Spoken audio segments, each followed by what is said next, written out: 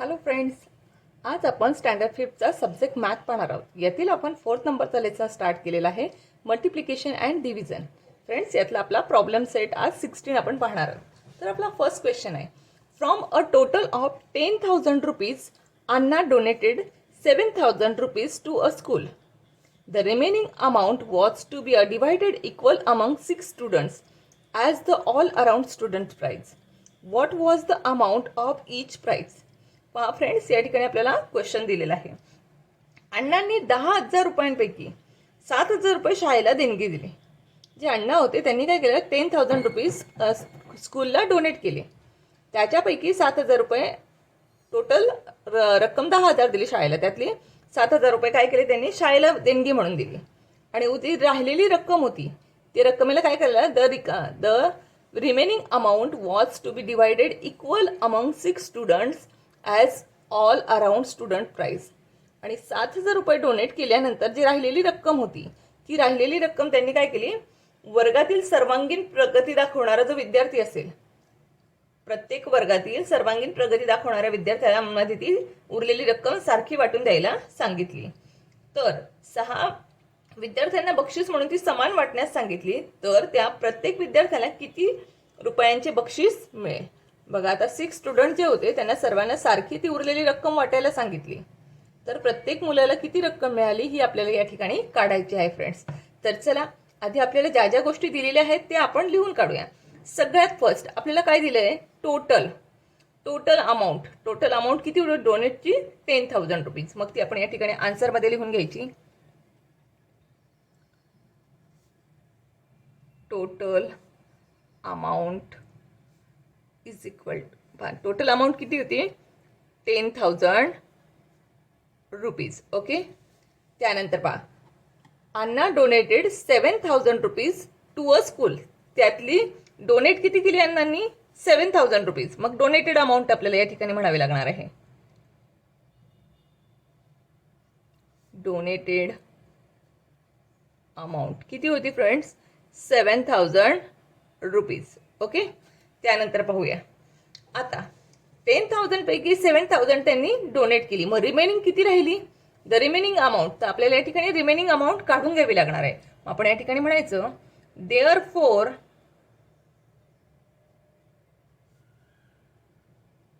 Remaining amount.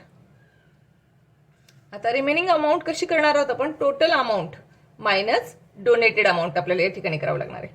या ठिकाणी म्हणायचं मग total amount minus donated amount. Okay. Total amount मधून आपण डोनेटेड अमाऊंट मायनस करणार. मग आपली टोटल अमाऊंट किती आहे, 10,000. Okay. Minus donated amount 7,000. Okay friends. मग आता 10,000 मधून आपले 7,000 मायनस झाले फ्रेंड्स. तर या ठिकाणी पहा, 0 मधून 0 गेला, 0 राहिला. ह्या 0तून हा 0 गेला, 0 राहिला. ह्या 0 मधून हा 0 गेला, 0 राहिला. या ठिकाणी राहिला तर 10 मधून 7 गेले फ्रेंड्स, किती राहतात आपले, 3. या ठिकाणी आपली रिमेनिंग अमाऊंट आली आहे 3,000 रुपीज. ओके फ्रेंड्स, ही 3,000 रुपीज आपली रिमेनिंग अमाऊंट आहे. तर आपल्याला आता काय प्रश्न विचारलेला आहे, what was the amount of each prize. तर प्रत्येक मुलाला किती रक्कम आली. आता अमाऊंट किती राहिली रिमेनिंग, 3,000 रुपीज. आणि किती स्टुडंटला वाटायची होती ती आपल्याला, 6 स्टुडंटला वाटायची होती. तर प्रत्येक स्टुडंटला किती रक्कम आली ती आपण आता या ठिकाणी काढणार आहोत. त्यासाठी मग आपण म्हणायचं, therefore amount of each prize. प्रत्येकाला किती आली ती रक्कम आपण आता या ठिकाणी काढणार आहोत. रिमेनिंग रक्कम किती होती, 3,000 रुपीज. किती स्टुडंटला ती डिवाइड करायची होती आपल्याला, 6 स्टुडंटमध्ये ती डिवाइड करायची होती. म्हणजेच 3,000ला या ठिकाणी आपल्याला 6ने डिवाइड करावं लागणार आहे. आपल्याला माहितीसाठी पण साईडला याचा उभ्या पद्धतीने भागाकार केला तरी चालणार आहे. मग या ठिकाणी 3,000ला आपण 6ने डिवाइड करूया. आता या ठिकाणी बघा, 6 5 30 होतो, 6 5 30. Okay friends. आता हा 0 राहिला, ह्या 0ला मी 0ने डिवाइड केलं तर या ठिकाणी राहिला 0. पुन्हा हा 0 राहिला, ह्या 0ला घेतलं, या ठिकाणी याला 0ने डिवाइड केलं म्हणून वर 0 दिला, 0 म्हणजे आला 500. आपलं क्वेश्चन कितीला आलेलं आहे, 500. म्हणजेच प्रत्येक स्टुडंटला किती प्राइस मिळणार आहे? 500 रुपीज मिळणार आहे. मग या ठिकाणी आपला आन्सर आलेला आहे 500 रुपीज. ओके फ्रेंड्स, मग आपण आन्सरमध्ये खाली म्हणायचं आहे फ्रेंड्स, या ठिकाणी हा वर्ड प्रॉब्लेम आहे. वर्ड प्रॉब्लेम सॉल्व्ह झाल्यानंतर आपलं आन्सर या ठिकाणी लिहिणं गरजेचं असतं ना. फक्त 500 रुपीज आलं म्हणजे झालं असं नाही. या ठिकाणी आपण आन्सर आपल्या वर्डमध्ये म्हणायचं. द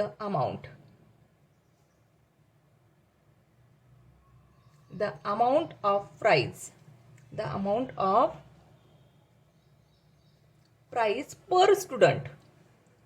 पर बघा, प्राइस पर स्टुडंट म्हटलेली होतं.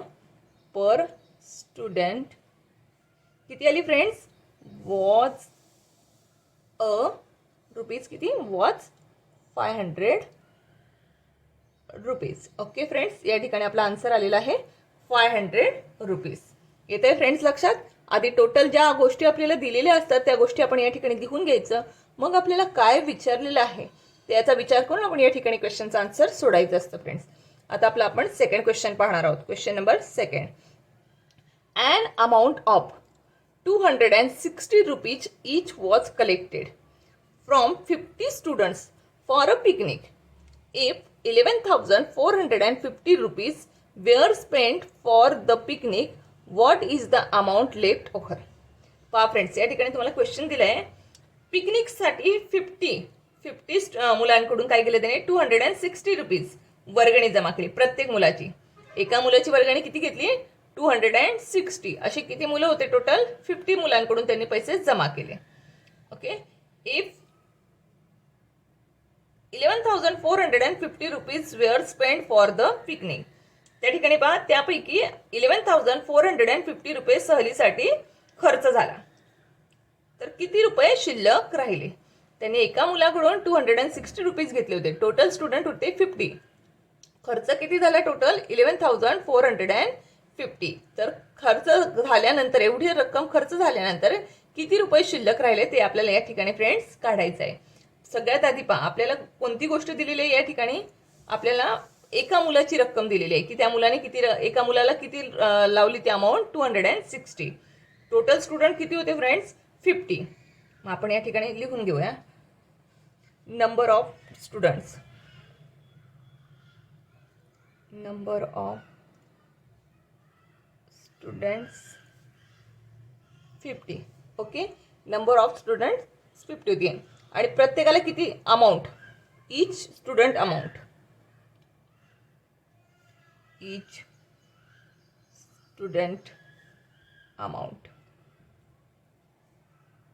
एका प्रत्येक मुलाची रक्कम किती होती? 260 रुपीज. ओके फ्रेंड्स, 260 रुपीज ही प्रत्येक मुलाची रक्कम होती. म्हणजेच आपली टोटल रक्कम किती जमा झाली, टोटल अमाऊंट किती कलेक्ट झाली ते आपल्याला या ठिकाणी याच्यावरून मिळू शकतं. मग आपण या ठिकाणी लिहायचं total collected amount is equal to 260 multiply 50. आता याचा आन्सर फ्रेंड्स आपण या ठिकाणी उभ्या पद्धतीने जरी केलं तरी चालणार आहे. 260 मल्टिप्लाय 50. ह्या झिरोचा आपण या ठिकाणी हा झिरोच घेतला. 5 झिरोचा 0, 6 5चा 30, कॅरी ऑन 3, 5 2चा 10, 10 प्लस 3 13. किती आले फ्रेंड्स आपली ही रक्कम? 13,000. ती रक्कम झाली आपली 13,000. ओके फ्रेंड्स, टोटल रक्कम किती जमा झालेली ती 13,000. आता पहा, स्पेंट अमाऊंट खर्च झालेली रक्कम किती होती? 11,450. मग ती आपण या ठिकाणी मांडायची. स्पेंट अमाऊंट किती दिली? 11,415 रुपीज. ओके फ्रेंड्स, एवढी रक्कम दिली. मग लेफ्ट ओव्हर अमाऊंट, तर आपली रक्कम किती शिल्लक राहिली त्यासाठी आपल्याला काय करावं लागेल? मग या ठिकाणी सबट्रॅक्ट करावं लागणार आहे. आता आपल्याला काढायची आहे लेफ्ट ओव्हर अमाऊंट. म्हणजे जमा केलेल्या रकमेतून खर्च झाल्यानंतर किती शिल्लक राहिली ती लेफ्ट ओव्हर अमाऊंट आपण या ठिकाणी काढणार आहोत. त्यासाठी मग आपण करणार आहोत टोटल रक्कम किती जमा झाली ती 13,000.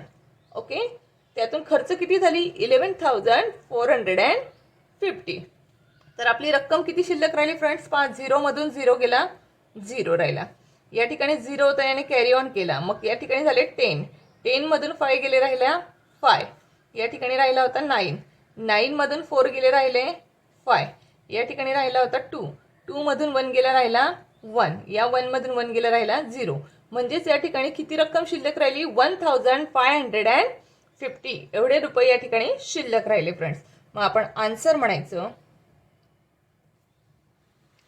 सॉरी पहा या ठिकाणी दिसायचं राहिलं तुम्हाला. या ठिकाणी बघा टोटल कलेक्टेड अमाऊंट आपण म्हटली 260 मल्टिप्लाय 50 एवढी एका मुलाची रक्कम होती आणि टोटल स्टुडंट होते 50. म्हणून या दोघांचं आपण मल्टिप्लिकेशन केल्यानंतर टोटल अमाऊंट आपल्याला मिळाली 13,000. आता ही 13,000 एवढी जमा झालेली होती, परंतु यातून स्पेंड अमाऊंट खर्च झालेली रक्कम किती होती? 11,450. 13,000 मधून 11,450 खर्च झाल्यानंतर किती शिल्लक राहतील? तर लेफ्ट ओव्हर अमाऊंट काढण्यासाठी मग आपण 13,000 मधून 11,450 मायनस केले तर किती रुपये शिल्लक राहिले फ्रेंड्स? 1,550 एवढी रक्कम आपली शिल्लक राहिली. मग तीच आपण या ठिकाणी आन्सर म्हणून लिहिणार आहोत. आन्सर द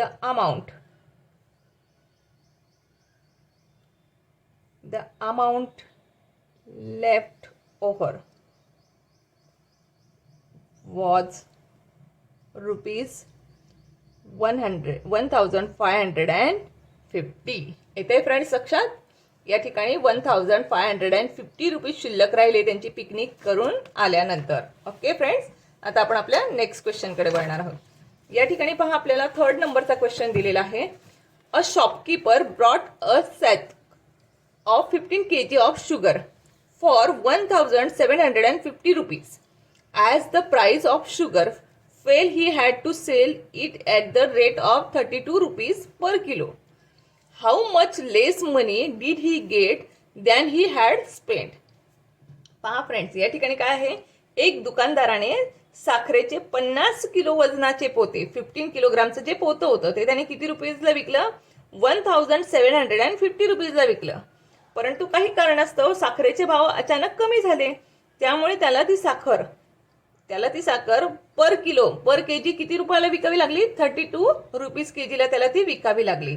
तर या ठिकाणी म्हटलेलं आहे मग how much less money did he get than he had spend. तर या ठिकाणी त्याला किती रुपये कमी मिळतील त्याने घेतलेल्या रकमेपेक्षा? त्याची जी खरेदी किंमत होती त्याच्यापेक्षा त्याची जी विक्री किंमत असे म्हणजे त्याला एकूण टोटल किती रुपये कमी मिळतील ते या ठिकाणी आपल्याला विचारलेलं आहे फ्रेंड्स. या ठिकाणी आपल्याला काय काढायचं आहे? मग सगळ्यात आधी आपल्याला काय दिले? Cost price of sugar. शुगरची टोटल प्राइस दिलेली आहे 50 kgच्या एका पोत्याची आपल्याला पूर्ण किंमत दिलेली आहे साखरेची. मग आपण या ठिकाणी म्हणायचं आपल्याला कॉस्ट प्राइस माहिती आहे. Cost price of sugar. Okay friends, ही आपल्याला माहिती आहे. किती आहे ती? 1,750 रुपीज. ही एवढी 50 किलो साखरेची किंमत म्हणजे ही आपली कॉस्ट प्राइस आहे. आता आपल्याला काय काढायचं आहे? Selling price. सेलिंग प्राइस आपण काढू शकतो कारण आपल्याला 1 किलोचा भाव माहिती आहे आणि साखर टोटल किती होती? 50 kg होती, हे आपल्याला माहिती आहे. मग आपण या ठिकाणी सेलिंग प्राइस काढूया. आपण या ठिकाणी म्हणायचं selling price of sugar. Okay friends, ती काढण्यासाठी मग पहा आपल्याला काय करावं लागणार आहे? 1 किलोचा रेट काय आहे? 32. टोटल साखर किती होती? 50 kg. मग या ठिकाणी म्हणायचं 50 × 32. आता या ठिकाणी याचा आन्सर आपण साईडला उभा गुणाकार केला तरी चालणार आहे. 32 0चा 0, 5 2चा 10 पण कॅरी केला, 5 3चा 15 आणि 16, 1,600 रुपीज. मग या ठिकाणी लिहायचं 1,600 रुपीज. ही काय झाली फ्रेंड्स? याची सेलिंग प्राइस झाली. कॉस्ट प्राइस काय होती? 1,750 म्हणजे ही खरेदी किंमत होती आणि ही किती झाली? विक्री किंमत झाली. म्हणजे त्याने साखर 1,750 रुपयात आणले पण ती विकली कितीला? 1,600 रुपयाला. मग या ठिकाणी तुमच्या लक्षात येत असेल फ्रेंड्स, त्याने जास्त किमतीला साखर खरेदी केली आणि ती कमी किमतीत विकली गेली. म्हणजे त्याला या ठिकाणी लॉस झाला की प्रॉफिट झाला? यासाठी तुम्हाला काय करावं लागणार फ्रेंड्स? या ठिकाणी आपल्याला लगेच लक्षात येते की त्याचं नुकसान झालंय या ठिकाणी. आता ते नुकसान किती झालंय ते आपल्याला काढायचं आहे. मग ते आपण कसं काढायचं? या ठिकाणी आपण म्हणायचं he got money less. तर त्याला किती रुपये कमी मिळाले यासाठी काय करावं लागणार आहे मला, म्हणजे त्याला काय झालं या ठिकाणी लॉस झाला. मग आपण लॉस झाला म्हणून काय करायचं, cost price minus selling price. Okay friends, या ठिकाणी कॉस्ट प्राइस आहे 1750 मायनस 1600. ओके फ्रेंड्स, म्हणजेच या ठिकाणी आपला आन्सर आलेला आहे 0 मधून 0 गेला, 0च राहिला. 5 मधून 0 गेला, 5 राहिला. 7 मधून 6 गेला, 1 राहिला. आणि हा 1 मधून 1 गेला, 0 राहिला. म्हणजेच त्याला लॉस झाला 150 रुपीजचा. ओके फ्रेंड्स, आपण या ठिकाणी आपला आन्सर म्हणायचं. आन्सर, the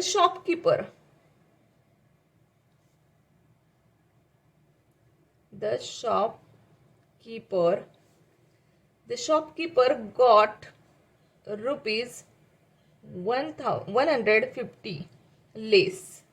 त्याला किती रुपये कमी मिळाले, 150 रुपीज त्याला कमी मिळाले. फ्रेंड्स, येते लक्षामध्ये. चला मग आपण आपल्या नेक्स्ट क्वेश्चन कडे बघूया. या ठिकाणी आपल्याला 4th नंबरचा क्वेश्चन दिलाय. A shopkeeper brought a 7 pressure cookers at the rate of 1817 rupees per cooker. He sold them all for the total of 14,230 rupees. Did he get less or more money than he had spent? पहा मित्रांनो, या ठिकाणी एका शॉपकीपरने म्हणजे एका दुकानदाराने काय केले, 7 प्रेशर कुकर्स आणले. 7 प्रेशर कुकर आणले. त्यात एका प्रेशर कुकरची प्राइस काय होती, 1870 rupees. He sold all for total, त्याने सर्व हे 7चे 7 प्रेशर कुकर त्याने कितीला विकले, 14,230 रुपीजला. तर did he get less or more money than he spend. तर या ठिकाणी त्याला जास्त पैसे मिळाले की कमी पैसे मिळाले, त्याने आणलेल्या रकमेपेक्षा त्याला जास्त पैसे मिळाले की कमी मिळाले, हे आपल्याला या ठिकाणी काढायचं आहे मित्रांनो.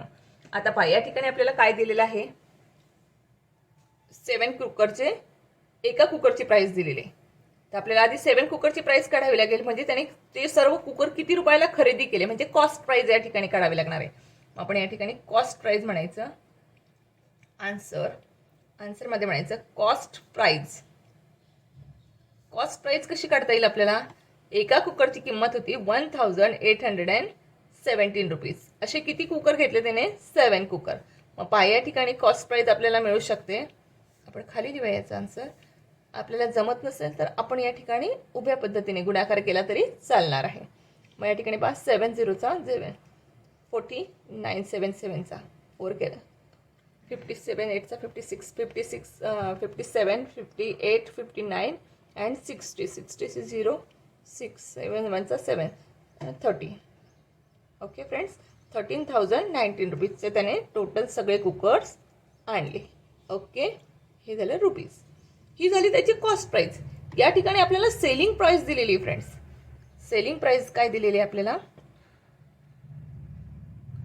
सेलिंग प्राइस दिलेली आहे 14,230 रुपीज. या ठिकाणी आपल्याला कॉस्ट प्राइस माहित आहे, सेलिंग प्राइस माहित आहे. तर तुम्हाला दिसतंय फ्रेंड्स, तर या ठिकाणी कॉस्ट प्राइस ही 13,090 रुपीज आहे, तर सेलिंग प्राइस 14,230 रुपीज आहे. कॉस्ट प्राइस पेक्षा सेलिंग प्राइस त्याची जास्त आहे, म्हणजे त्याला या ठिकाणी काय होणार आहे, त्याला या ठिकाणी प्रॉफिट होणार आहे. बरोबर फ्रेंड्स, तेवढं आपल्याला लक्षात येते. म्हणजेच पहा, या ठिकाणी तुमच्या लक्षात येण्यासाठी 13,090 14,230 या दोघांमध्ये सेलिंग प्राइस जास्त आहे फ्रेंड्स त्याची, म्हणजेच त्याला या ठिकाणी काय होतोय, नफा होतोय फ्रेंड्स. आता त्याचा जो नफा आहे, म्हणजे त्याला किती रुपये जास्त मिळाले हे आपल्याला या ठिकाणी आपण काढू शकतो. मग आपल्याला या ठिकाणी पहिला क्वेश्चन होता, did he get less or more money. त्याला जास्त पैसे मिळाले की कमी, हा आपला पहिला प्रश्न होता. मग आपण आपल्या पहिल्या प्रश्नाचं या ठिकाणी उत्तर लिहूया. He got more money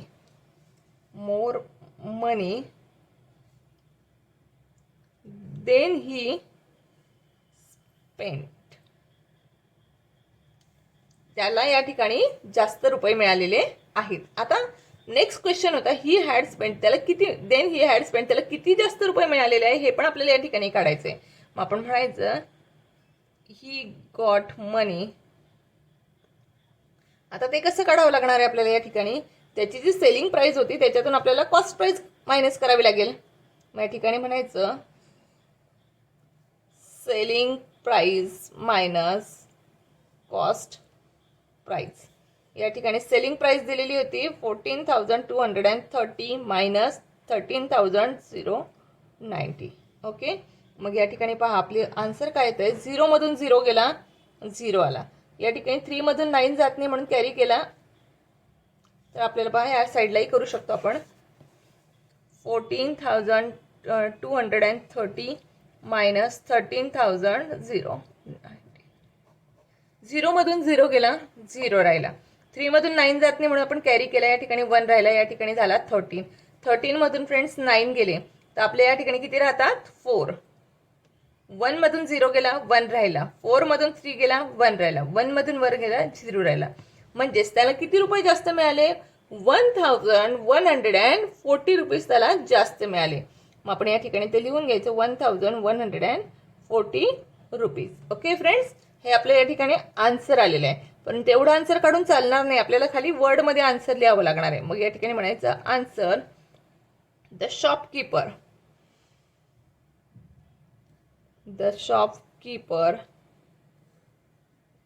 got rupees 1,140 मोर. त्याला किती रुपये जास्त मिळाले, 1,140 रुपीज त्याला जास्त मिळाले फ्रेंड्स. अशा पद्धतीने आपला 4th नंबरचा क्वेश्चन कंप्लीट झालेला आहे. आपण आपल्या नेक्स्ट क्वेश्चनकडे वळूया, 5th नंबरचा क्वेश्चनकडे. ओके फ्रेंड्स, या ठिकाणी आपल्याला 5th नंबरचा क्वेश्चन दिलाय. 14 families in a society together brought 8 sack of wheat, each weighing 98 kilos. If they shared all the weight equally, what was the share of each family? पहा या ठिकाणी काय म्हटले, 14 families in a society together. एका सोसायटीमध्ये म्हणजे एका इमारतीमध्ये एकूण किती फॅमिलीज राहत होत्या, 14 फॅमिलीज राहत होत्या. त्यांनी काय केलं, 8 बॅग्स आणल्या, गव्हाचे 8 पोते आणले. त्यांनी 8 पोते आणले. ते 8 पोत्यांमध्ये एका पोत्यामध्ये किती गहू होते, 98 किलो एका पोत्यात गहू होते. असे त्यांनी किती पोते आणले, 8 पोती आणली असे. आणि नंतर त्यांनी ते काय केले, if they shared all the weight equal. त्यानंतर त्यांनी सगळ्यांनी म्हणजे 14च्या 14 फॅमिलीजने ते इक्वली वाटून घेतले. तर प्रत्येक what was the share of each family, तर प्रत्येक फॅमिलीला किती गहू आलेला असणार आहे ते आज या ठिकाणी आपल्याला काढायचं आहे. आता आपल्याला सगळ्यात आधी कोणती गोष्ट दिलेली आहे, नंबर ऑफ फॅमिलीज. आपण आन्सर म्हणायचं, आपल्याला किती फॅमिलीज दिले, 14 फॅमिलीज. मग आपण लिहून घ्यायचं नंबर ऑफ फॅमिलीज किती आहेत, 14. ओके. त्यानंतर त्याने टोटल वेट, त्याने आता टोटल गहू किती घेतला, या ठिकाणी 8 पोते दिलेले आहे, एका पोत्याचं वजन दिलेलं आहे. मग आपल्याला टोटल त्यांनी किती किलो गहू घेतला ते आपण या ठिकाणी काढू शकतो. मग आपण म्हणायचं total weight of wheat is equal to 98 kg and 8 सचे. ओके, 8 सॅक्स होत्यात. तर आता यांचं पहा, आपण या ठिकाणी मल्टिप्लिकेशन उभ्या पद्धतीने जर करायचं म्हटलं, 8 8 64, 6 72, 72 प्लस 6 72 ना 73, 74, 75, 76, 77, 78. ओके फ्रेंड्स, या ठिकाणी आला आपलं 78 म्हणजे 784 kg. किती झाले टोटल वेट गव्हाचं, त्याने टोटल किती गहू आणला, 784. ओके, हा टोटल झाला. पण एवढा गहू त्यांनी किती फॅमिलीजमध्ये वाटला, 14 फॅमिलीजमध्ये डिवाइड केलेला आहे. मग तो प्रत्येकाला किती आला हे आपल्याला या ठिकाणी काढायचं आहे. मग आपण म्हणायचं share of each family is equal to 784 divided by 14. या ठिकाणी तुम्ही डिवायडेशन साईडला करू शकतात. 14 डिवायडेड बाय 784. मग आता पहा 7 फायचा सॉरी 14 फायचा 78मधून आपण 70 मायनस करणार आहोत. 8मधून 0 गेला, 8च राहिला. 7मधून 7 गेला, 0 राहिला. या ठिकाणी राहिलेला 4 आपण या ठिकाणी खाली उतरवला. हा झाला 84. आता 84 पहा 14 6चा 84 होतो.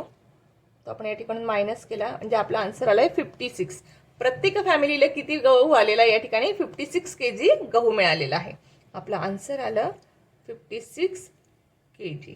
ओके फ्रेंड्स, मग आपण ते आन्सर या ठिकाणी लिहायचं.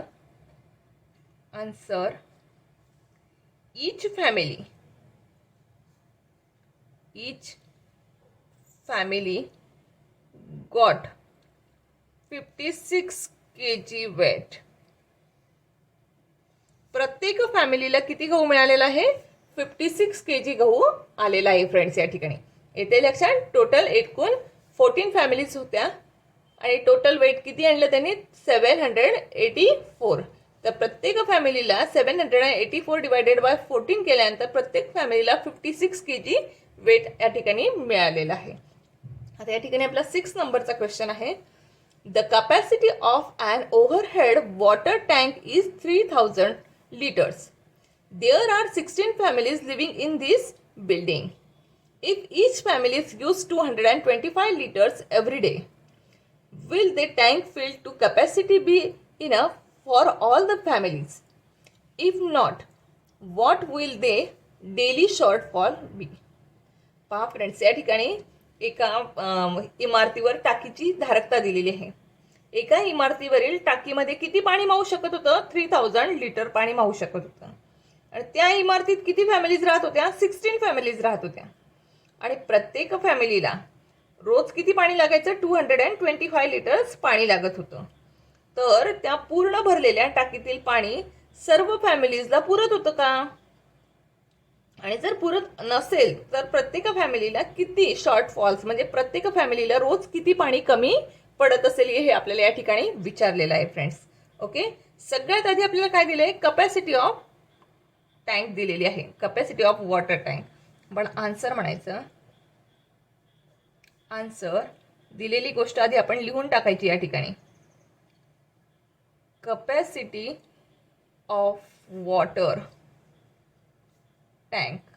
कॅपॅसिटी ऑफ वॉटर टँक किती दिलेली आहे 3000 लिटर्स. ओके फ्रेंड्स, किती दिले 3000 लिटर्स आपल्याला या ठिकाणी दिलेली आहे. नंतर आपल्याला काय दिलेलं आहे डेली यूज ऑफ वॉटर. ह्या 16 फॅमिलीज होत्या. ह्या 16 फॅमिलीज रोज किती पाणी वापरायची प्रत्येक फॅमिली 225 लिटर्स. आता ही एका फॅमिलीचं पाणी झालं तर 16 फॅमिलीजला टोटल किती पाणी लागत होतं रोजचं ते आपल्याला या ठिकाणी काढावं लागणार आहे. मग आपण ते म्हणायचं या ठिकाणी daily use of water. Daily use बघा एका फॅमिलीचं तर 225 लिटर्स याला मल्टिप्लाय करावं लागणार आहे आपल्याला 16 फॅमिलीज. या 16 फॅमिलीज किती पाणी वापरत होत्या मग 225 मल्टिप्लाय 16 या ठिकाणी तुम्ही केलं. आता पास 16 0 0 0 16 and 36 3600 लिटर्स. या ठिकाणी या 16 फॅमिलीजला किती पाणी लागत होतं 3600 लिटर्स. ओके, बघा या फॅमिलीला 3600 लिटर पाणी लागत होतं, परंतु पाण्याच्या टाकीची कॅपॅसिटी तर 3000च लिटर होती. म्हणजे त्या लोकांना रोज किती पाणी कमी पडत होतं ते आपल्याला या ठिकाणी काढता येऊ शकतं. आता आपल्याला काय लिहावं लागणार या ठिकाणी. पहिला क्वेश्चन काय विचारलाय त्यांनी every day will be tank field capacity be enough for all families. हे जे पाणी एवढं येत होतं 3000 हे एवढं 3000 लिटर पाणी त्या फॅमिलीला इनफ होतं का? नाही फ्रेंड्स, 3000 पाणी त्यांना 3000 लिटर्स पाणी त्यांना पुरतच नव्हतं. कारण त्यांना किती पाण्याची आवश्यकता होती 3600 लिटर पाण्याची आवश्यकता त्यांना होती. पण टाकीची कॅपॅसिटी 3000 लिटरचीच होती. मग आपल्याला या ठिकाणी लिहावं लागेल नो. त्यांचं तेवढं पाणी सफिशियंट होत होतं का? नाही. नो म्हणायचं. मग no 3000 litre 3000 liters water is not enough for 16 families. ह्या 16 फॅमिलीजला हे 3000 लिटर पाणी पुरेसं नव्हतं. मग त्यांना डेली किती शॉर्ट होत होता, किती त्यांना पाणी कमी पडत होतं डेली, ते आपल्याला या ठिकाणी लिहावं लागेल. मग आपण म्हणायचं डेली शॉर्टफॉल, रोजची गरज होती त्यांची 3600 लिटर्स, बरोबर. आणि पाणी किती मिळत होतं त्यांना, फक्त 3000. मग 3600 मधून आपण 3000 मायनस केलं फ्रेंड्स. या ठिकाणी 0 मधून 0 गेला 0, 0 मधून 0 गेला 0, 6 मधून 0 गेला 6, आणि 3 मधून 3 गेला 0. म्हणजेच किती पाणी कमी पडत होतं त्यांना, 600 लिटर त्यांना पाणी कमी पडत होतं. ओके फ्रेंड्स, आपल्याला या ठिकाणी आन्सर लिहावं लागणार आहे. याचं आन्सर, द डेली शॉर्ट